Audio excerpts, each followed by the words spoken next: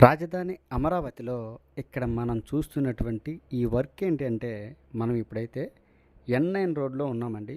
ఎన్9 road వరకు ఎంత స్పీడ్గా జరుగుతుందంటే ఇక్కడ మనం చూస్తున్నటువంటి ఈ ప్రాంతంలో 3 వరుసలు అంటే ఎన్9 రోడ్డు అనేది 3 వరుసలుగా నిర్మాణం చేస్తారు. ఒక్కొక్క వరుసలో 2 వరుసలు ఉంటాయి, మొత్తం 6 వరుసలు. ఈ విధంగా 3 వరుసలని నిర్మాణం చేసిన తర్వాత డివైడర్లు కూడా నిర్మాణం చేశారండి. చూడొచ్చు, ఇదిగోండి. ఈ డివైడర్ల మధ్యలో ఇదిగో కంకరతో కూడుకున్నటువంటి మట్టి ఉండడం వలన ఈ మట్టి మొత్తాన్ని కూడా ఎత్తి బయటకు పోస్తూ ఉన్నారు. తరువాత ఇక్కడైతే ఎర్ర మట్టిని తీసుకొచ్చి పోస్తారు. పోసిన తర్వాత ఆ ప్రాంతంలో మొక్కలనైతే నాటుతారు ఈ డివైడర్ల మధ్యలో.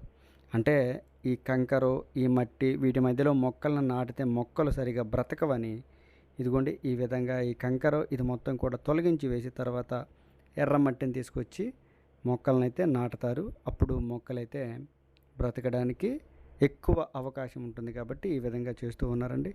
ఏదేమైనా రాజధానిలో గ్రీనరీకి కానీ పచ్చదనానికి కానీ చాలా ఎక్కువ ప్రాధాన్యతనే ఇచ్చారని మనం చెప్పుకోవచ్చు.